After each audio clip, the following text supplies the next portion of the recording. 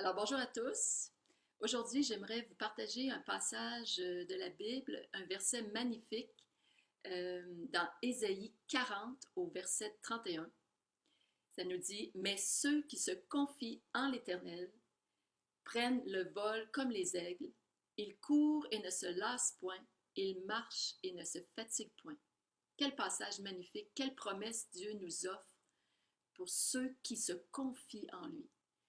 Se confier en Dieu, c'est se tourner vers lui, c'est reconnaître notre besoin de lui, c'est être humble, c'est reconnaître que sans lui, on n'est pas capable. Se confier en lui aussi, c'est se connecter à lui. La Bible nous dit dans l'Évangile de Jean de demeurer en lui. C'est de se tourner vers lui pour toutes nos situations.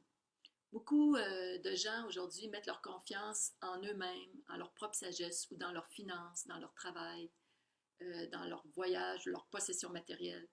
Mais on sait avec la situation qu'on vit où toutes ces choses-là ne nous offrent aucune sécurité. Tout notre compte en banque, notre possession matérielle, on sait qu'un jour ou l'autre, on ne le souhaite pas, mais il n'y a rien de ça qui est assurable. Tout peut chambranler, tout peut bousculer, euh, même notre santé, même notre travail, nos économies. Et alors, une fois que si on a perdu ça, qu'est-ce qui va nous rester? Se confier en Dieu, c'est l'appel que Dieu nous offre, qui nous invite. Et se confier en lui aussi, c'est rester connecté, comme on le dit, c'est de lui faire confiance. La Bible nous dit, revenez à moi, croyez en moi, tournez vos regards vers moi, arrêtez et sachez que je suis Dieu. Il y a un beau passage aussi dans Ésaïe 30 au verset 15 que j'aimerais vous lire aussi en lien avec ça. Ça nous dit que ainsi parle l'Éternel. C'est dans la tranquillité et le repos que sera votre salut. C'est dans le calme et la confiance que sera votre force. On voit aussi dans le Proverbe 3, j'aimerais vous lire du verset 5 au verset 8, ça dit « Confie-toi en l'Éternel de tout ton cœur. Ne t'appuie pas sur ta sagesse. Reconnais-le dans toutes tes voies et il aplanira tes sentiers. Ne sois point sage à tes propres yeux. Crains l'Éternel et détourne-toi du mal. Ce sera la santé pour tes muscles et un rafraîchissement pour tes os. » Quelle promesse Dieu nous donne ici. Ça sera la santé pour tes muscles et un rafraîchissement pour tes os, de se confier en lui. Il y a une petite histoire que j'aimerais vous partager, tirée de ce magnifique livre, Comme des courants d'eau dans le désert. Et c'est l'histoire d'un petit garçon, Georges, qui a 10 ans et que pour Noël, sa grand-mère lui a promis un album de collection pour mettre ses timbres. Et Noël arrive et il n'y a pas d'album sur le sapin.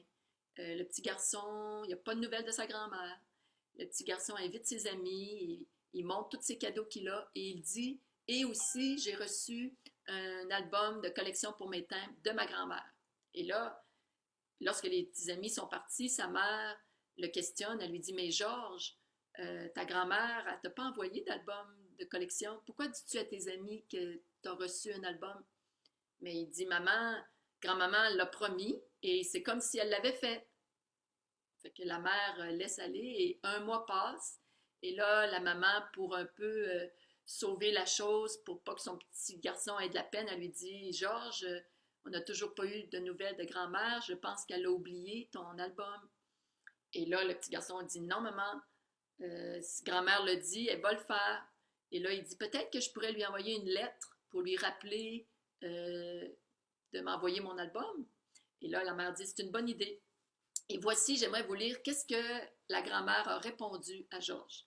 Mon cher petit Georges, je n'ai pas oublié ma promesse de t'offrir un album de timbres. Comme je n'ai pas trouvé celui que tu avais ici, je l'ai commandé à New York. Le colis est arrivé après les fêtes de Noël et quand je l'ai ouvert, ce n'était pas celui que tu avais choisi.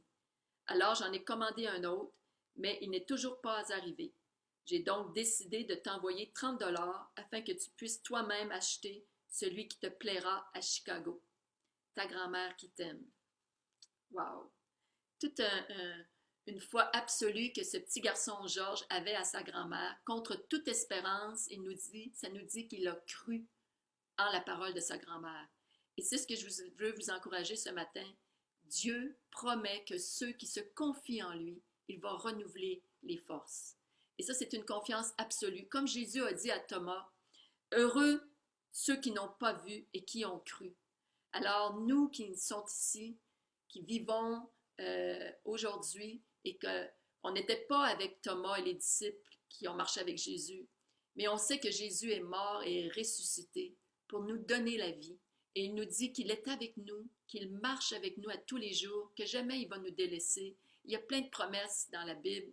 La parole a dit aussi que le Père sait ce dont vous avez besoin. Et il veut qu'on se confie en lui de tout notre cœur, qu'on lui fasse confiance dans tout ce qu'on peut passer. Alors je veux vous encourager ce matin, peu importe la situation dans laquelle tu es, peu importe ce que tu attends depuis longtemps, une promesse que Dieu t'a faite et que tu ne vois pas encore l'accomplissement, crois en lui, crois que Dieu va intervenir en son temps, il fait toutes choses merveilleuses qu'il nous dit. Et c'est seulement de s'abandonner totalement à lui, de relâcher tout, comme l'argile. Dans Jérémie, au chapitre 18, ça nous dit que l'argile demeure entre les mains du potier. L'argile ne sait pas quelle est son utilité, mais c'est son Créateur qui la forme. Alors nous sommes les enfants de Dieu. Et si tu as confessé Jésus comme ton sauveur, alors crois qu'il va intervenir dans ta situation. Et si tu n'as pas accepté Jésus, alors tu peux le faire aujourd'hui. Invite-le dans ton cœur. Crois que Dieu a le meilleur pour toi, qu'il est mort et ressuscité pour te donner la vie éternelle. Et cette vie commence maintenant en lui. Alors, je veux terminer en priant pour chacun de vous. Père, on veut te dire merci pour l'abondance de ton amour que tu as répandu en nos cœurs par ton esprit.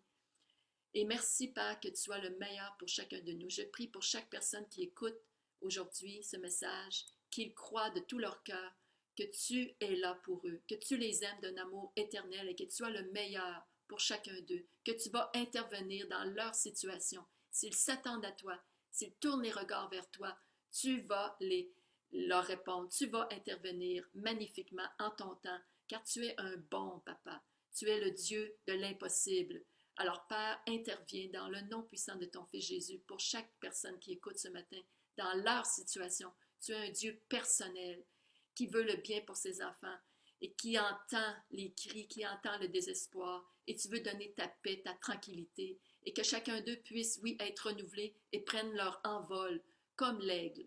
Dans le nom puissant de Jésus, nous prions et nous te disons merci pour ce que tu vas faire. Soyez bénis.